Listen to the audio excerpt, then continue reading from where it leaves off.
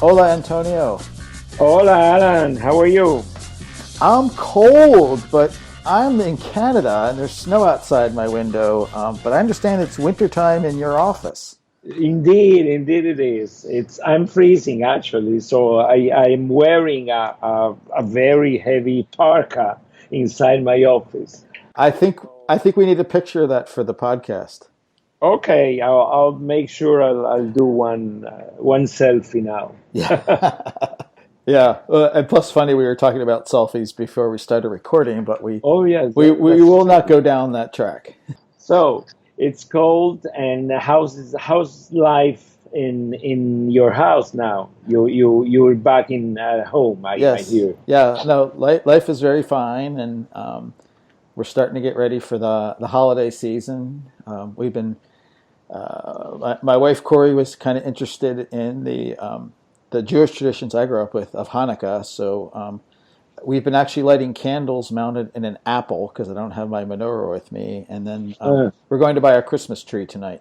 Oh, well, actually, I saw all the candles with a dragon in a photo of yours. Is that right? That was I think that was Mikhail Gershovich in Instagram. He had a weird Ah, that yeah was not yours. yeah. Ah, okay, sorry. No, it's okay. I saw it. I thought that was funny. That so typifies Mikhail. He's a radical character.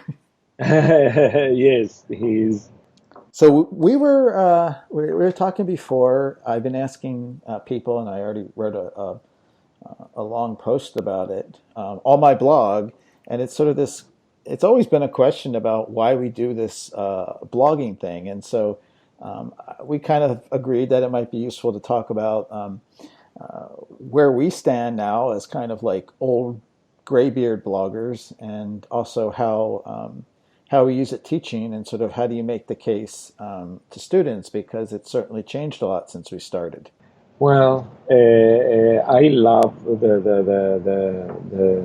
thing of blogging, and even though I'm a bit of a lazy blogger, but I do love it. I do love all the metaphors about blogging and writing, and you know that I really consider you and Jim and Brian and a few other people as my personal models in that area. Why? Because I think that as you do writing, always happen to make you think. And sometimes when you write, you discover what you think and you didn't understand just a second before. So it's a very powerful mechanism to self exploration, self understanding, beside being a social thing. So I like it very much, and I know my students also like it, and the success of the syndication stuff proves it. In my courses, I have students who have also blogged a lot during the semester, this past semester, and they're very proud of having received a lot of views in their own blog. So it's very, very pleasant to see. And they blog about everything. A few have special project they blog on. Others blog about diverse stuff every day. So it's. I even had one student once who wrote a novel in installments in through her blog. So it was you have all the possibilities there. And what I'm amazed at, actually, and in Puerto Rico, it's certainly a reality. I was telling you before, I just gave a talk, a keynote at a conference in Aguadilla on the western part of the island last Friday. And I always try to sell this idea that blogging can be a great way to implement a writing across the curricula project, which we always talk about. And in our universities, we deal a lot about these issues, and we have the instruments there, and yet we don't really see them. So I find that a very powerful thing to do with students, to have them write, and not only write in the literal meaning, but to compose stuff using multimedia, using web-based stuff that they can share freely, and that's also very powerful. So a few questions. One of them is like, the point where I got, and where a lot of people end up with the why question. I mean, you called yourself a lazy blogger, but you blog, so like that's your own inner voice going. So to Way me, of like doing it. any post Yeah, means the blog is partly full, not mostly empty. But there is a thing, and I even got sure. trapped in it. It's like when you get to the why am I doing this? Because a lot of times we get fueled and buoyed by the external, like knowing that there's an audience, someone comments, someone retweets, someone reference our blog, and that's really important for motivation. But I don't think that's the prime reason for doing it, and it goes back to the process of writing and thinking through ideas. To me, is the ultimate value of doing it, but the rewards, if they are as they were, like when you feel like you write something that doesn't get any reaction, and that's what happened to me. Is I started like thinking like, why am I even doing this if nobody's reading? And I forgot my own advice. Yeah, indeed. No, I agree with you fully. This is something you do because you like to do it, and that's it. And the value is that in the reflection and the affordances it produces. Still, I mean, when students begin doing that, it can be a nice motivation to see that actually what they write finds some resonance with other people, and that the class they're doing also, which is uh, a nice thing to view, is not really enclosed within walls, and that there's other people outside of the classroom that actually has access to what they're writing, what they're saying. So that's a powerful, not only motivation, but it's a powerful observation about the world.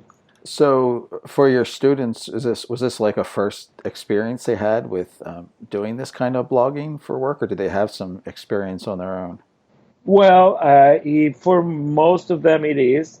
I'm talking about my basic computing course, which is a sort of a digital literacy course, and in which we deal with digital identity and trying to build a presence within the web, and to reclaim a bit the creative process within the web. So for many of them, it's the first time they blog. I mean, if you don't count the short form blogging in No, Facebook no, or that doesn't in count. Twitter, That does or not count. exactly that doesn't. So Well, it's well, and actually, I mean, not to harp on that point. I think was it Dave Weiner's definition of blogging is like a single person's voice. I think on a site they own. yeah, that's very true. Well, but they don't own their WordPress.com site, so it's just a first step. Well, I mean, that's a strict definition of ownership, and I know some people get wrapped up in that. Like you're only renting it, but they get to make all the decisions about what goes there, and if they want to, they can choose to pull it away. So I kind of think they own their words there because it's not sitting on like a university server or LMS. So I was curious also, the student you mentioned who started serializing a novel in their blog, was that an assignment or just something they did on their own? No, no, it was a complete invention of that student, and she actually liked to write novels. Celebrate. There it is. Boy, this will be a fun one to edit. And my computer is still off the grid. Yeah. I don't know what happened. Well, I was without electricity for about 6 hours yesterday, or the day before. Uh, well, sometimes yes, electricity can go away at least here, Yeah, but well, it's not like people in Puerto Rico who are out for like months. oh yeah, I guess, but no, things are working fine now with about, I mean, Yeah, almost all the country, all the place is okay with electricity now. that's good. So you were telling me a little bit about your student who had done Oh yeah, her serializing her novel just on her own interest in her blog. yes, yes, that was a full project of her own, and it was nice. Yeah. Yeah, I mean, those are the favorite things that I like when students, because often when they're new to doing this blogging in a class, they treat everything as an assignment, and they speak when they write as if they're talking to me, their teacher. Yeah. A, a number of them start to pick up on that as they go, but it takes time to sort of develop your blogging voice. And not everybody, not all the students necessarily do that, but it is a joy when that happens. Indeed, it's a sort of rare, at least at this level. It's a very first year course, so students are very sometimes young and sort of immature, and many things are very new to them, and they're definitely not used to express their own voice, at least within an institutional academic structure. No, so And they don't see themselves in it. I have a kind of a fun experience because last spring, that would have been 2018 and 2017, my network narrative students, I had them create Twitter bots.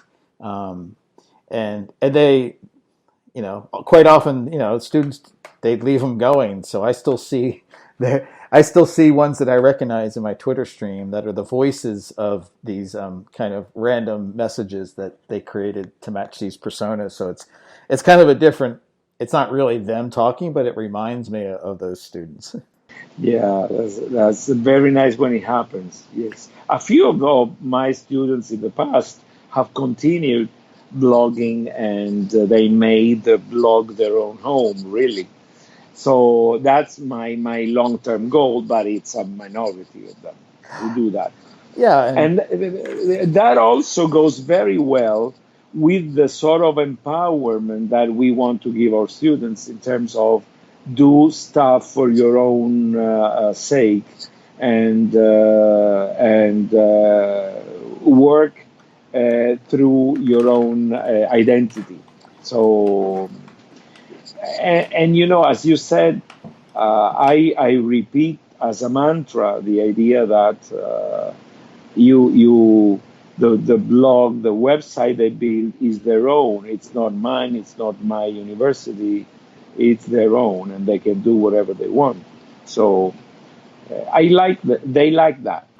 and that reminds me always. I remember this moment very specifically when I was working at University of Mary Washington, and it was the first pilot year of offering domains to some students.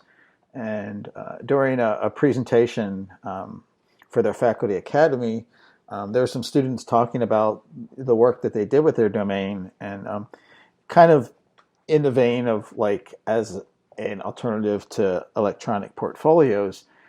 But they said, one of them said really clearly, and it's always stayed with me, that just having the domain and the tools to make a personal space didn't make any sense until they had used it for some meaningful work in several of their classes. So it was some of those really good, outward facing creative assignments where the social connection mattered, or the self-publishing meant putting their work out in the world, that then would kind of get students to realize, hey, now I can think about how to use this. Now that I know how to use it, and I get a sense of the value of how they could use it for their own interests. So,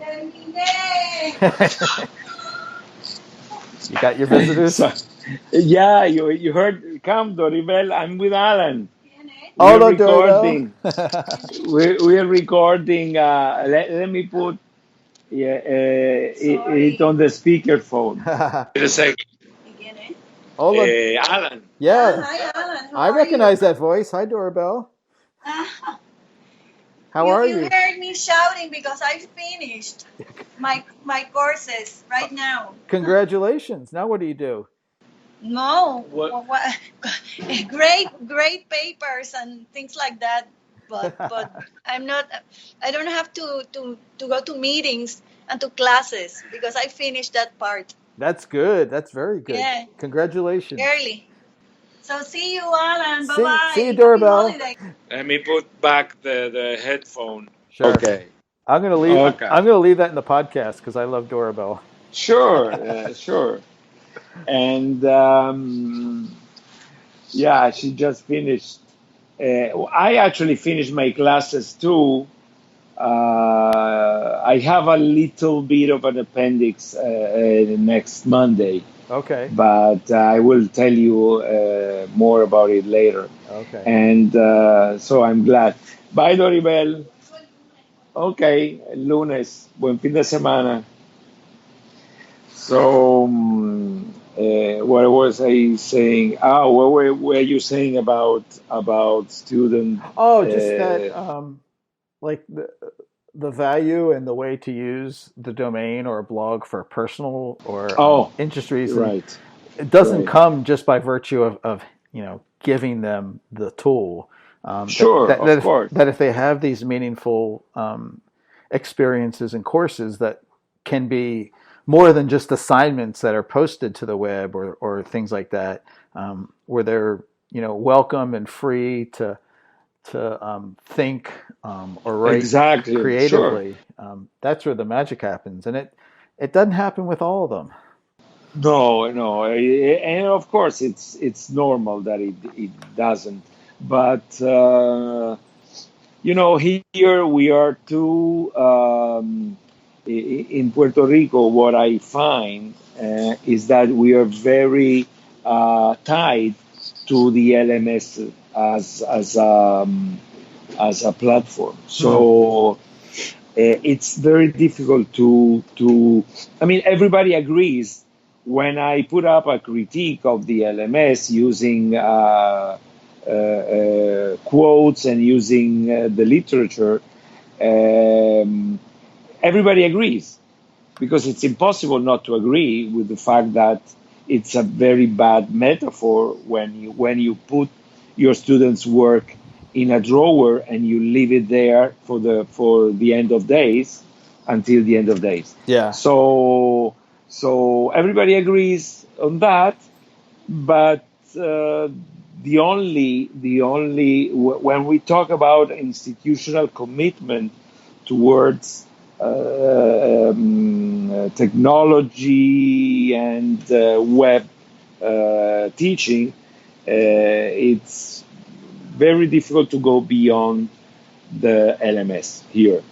I'm trying very hard to use every opportunity to drive the attention on other stuff. And in fact, in this talk of last Friday, what I said to faculty and to administrator is please use and open up spaces, institutional spaces for facilitating web construction, web creation for faculty and students, because that would be a great way to facilitate that for faculty, especially. Sure. And student, of course, and that remembers me what I just said before. We talk a lot about students need to write more if we want them to learn to express themselves in using good language and using the media, but we don't give them any opportunity to do that actually. So You have to have them do things that'll show up nice in charts and graphs and data tables. yeah, and you know the fact that you may have a few courses that require writing, and that's okay, but nothing institutionalized. So people do this in one course, and then they don't do anything about it in the next Mm. 5 courses. So you don't have an appreciation of what it means to write. Write, I mean to create for any in any sense. So and it seems to me that blogging is a great metaphor for creation and for writing that is so easy to implement and so also cheap to implement, Mm-hmm. that is there. And I don't know. I'm an optimist, so I hope that little by little we will move into that area too. Sure, and you know the skills that students get in learning how to navigate Blackboard. There's a lot of jobs that require that, right? Oh, sure. Everybody asks that. And yeah, and I mean, but you know, the world is such a complicated place. I mean, in first place, I don't understand why so many institutions still use Blackboard. I mean, I have nothing against Blackboard. I've been told the newest version is great and everything, but still, I don't understand why people don't change Blackboard for Moodle or an open source alternative. And and secondly, I think that in the best case, you can perhaps have some nice use of the LMS because it can help you structure your course administratively speaking, but you need to go beyond the LMS in any case. So I don't see why it's so difficult. I would like to have data about what happens in the US because I know in many university you have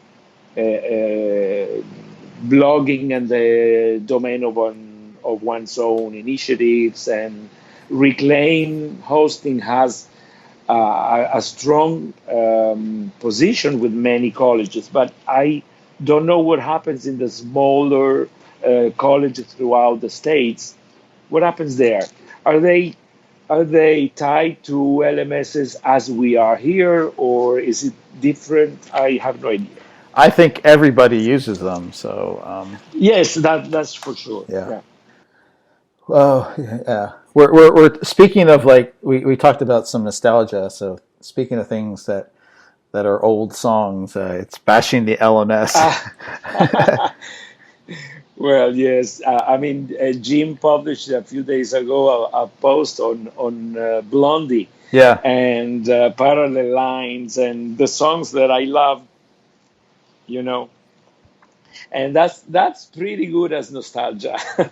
yeah. Speaking of which, and Jim, we were talking before we started recording about this presentation he did at Coventry University with Mm. the web of the 1990s, and so Yeah, I mean yeah. that's when you and I kind of got first bitten by the bug when it was. Hooked. Yeah, Yes, and it was obviously radically different than it is now, and it so was. and It so like there's was. a bit of nostalgia, danger of pining for a world that's not the same anymore, or one that that not as many people had access to because it was very limited. But what was that special about that time?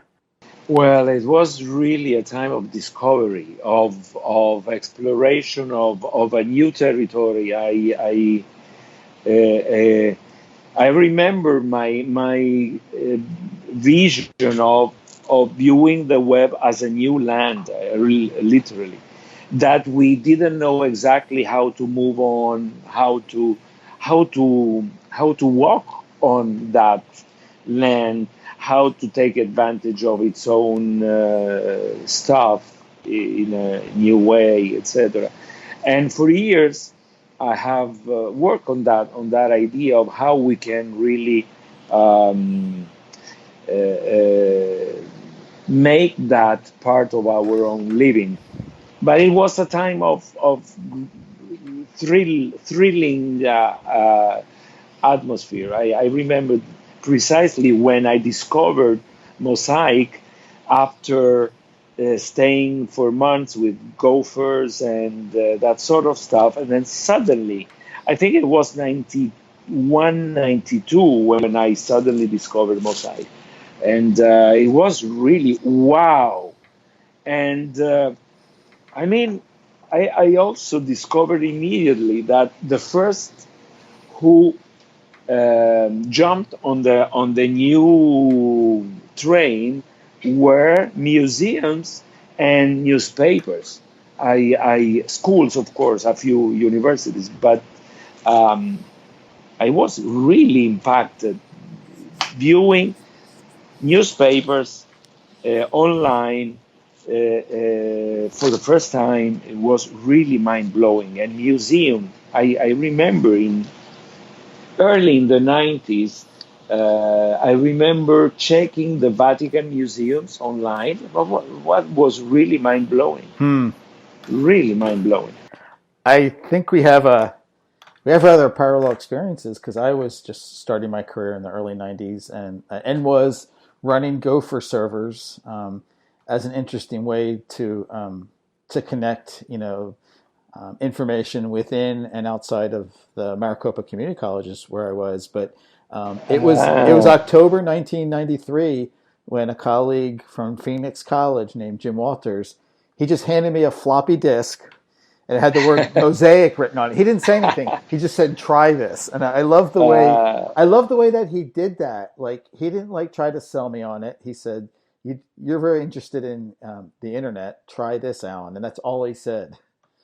and you were blue I was, by that, I right? was, I had Yes. seen like the text based, like the Lynx browser that you used Ah, yeah, I um, remember that in too. the '92, and it was like, well, this is kind of interesting, but it was not. It was all the physics information from CERN, um, but the visual web browser made a difference. And Oh, definitely. the thing that got me was finding the NCSA guide to writing HTML, and knowing that anybody could write web content, and even if they didn't have a web server, they could share it, and you could open it on any computer. So all of a sudden, it's like you had this hypermedia publishing system that didn't depend on operating system. Exactly. It was open, free, and available for absolutely everyone on the planet. That was the beauty of it. There was no embargoes, no blocking it, nothing. And I, I still show a very nice shot of the legal document with which CERN in 93 puts the web technologies on the public domain. And Hmm. that's also a mind-blowing moment in history, exactly parallel to the time when the Department of Defense in the US releases the IP protocols and everything into the public domain, Sure. basically. And one of the things I loved at the time, and I love it still, is that both the creation of the internet and the creation of the web are moments defined by heavy public investments into the common good. I would say, and there was no private enterprise commitment or doing into that. Absolutely nothing. It was public money in the creation of the internet, public money in the creation of the web. That's very powerful to me. I I couldn't agree more, but like, you can't imagine that happening now. And even at the same time, Exactly. like, could that be sustained at the level of web use now to have it supported without commercial interest? I'm not trying to defend commercial No, no, no. practices. Definitely, you are right, and I'm not saying that commercial interest did not play a role. For instance, in the creation of the internet, definitely they did. There were networks in England. I remember in France they had the Minitel, which was a sort of a hypertext system in the 70s, and it was through the telephone. That was amazing. So definitely the public and the private sector work together in that. But in the end, Novell or Microsoft would have never put any IP technology into the public domain if Sure. it was up to them. And this is not that I don't like Microsoft or Novell or whatever, but I think that the world needs also a lot of public investments. So I think, contrary to many people, that the state has really some role into society. The state meant here as the collectivity of the people. Yeah. So I tend to go beyond the theme that we were talking, but actually that was very powerful to me, And you and it know still what? is. Because we had to stop the recording in the middle, and I was fiddling with my audio. I have no idea. Well, we're definitely way beyond the 20-minute rule, and So we stopped measuring time. we stopped measuring time. Did time stop moving? Because my clock sure looks like it's moving, and like, Yeah. it's just like we just began talking, and we could probably have a 20-hour limit on this podcast. Yes, we should not exceed any good sense in it, and most of all, we're having a good time, so that's the important thing. Absolutely, and we'll get Yeah. another podcast. We'll get this one published before the end of the year, and Hopefully, right? hopefully, and we'll be conservative and set that as a goal, and we can start up with the 2019 version and figure Mm. out what we want to talk about next year. Well, what will bring 19, sorry. Yeah, Well, 2019. yeah. What do you think? Oh, I'm not in the future business. Well, it's almost there. Yeah, that would open up another 40 minutes of conversation about the state of the world, but because of who you are and how why I like talking to you, I'm going to be very optimistic. So 2019 is going to be very good because we're going to get to keep on doing our podcast. Exactly. That was, I think, what I think. So we will keep doing this, and perhaps I have certainly a lot of learning to do, and this is what excites me a lot. I grow up, and I think, well, I have a lot of stuff to learn. I'm just beginning now, so uh, I'm enjoying this very much. Me too. It's always great to talk to you, and I hope you survived the chilly winter in Puerto Rico. Well, I'm pretty sure I will.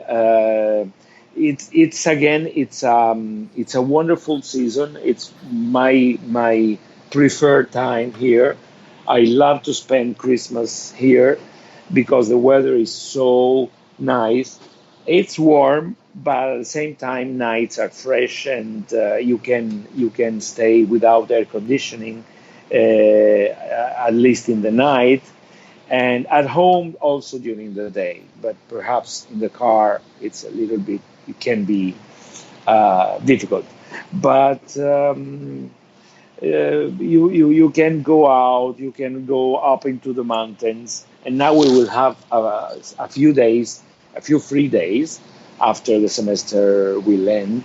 So I do enjoy very much that time. Nice. So that's very nice. I'm considering going to visit my mom in January, perhaps a week or so.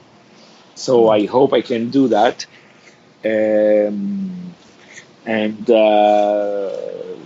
but December I will definitely spend it here, and Yep. it's it's really nice. Also, the food here in Puerto Rico is very nice in the Christmas season. So, as you know, I'm a fan of food. So, And you showed me great food when I was there a couple yeah, of you years ago. remember the wagon? Yes, yes. Yeah, we had a couple of nice meals there. I love that place.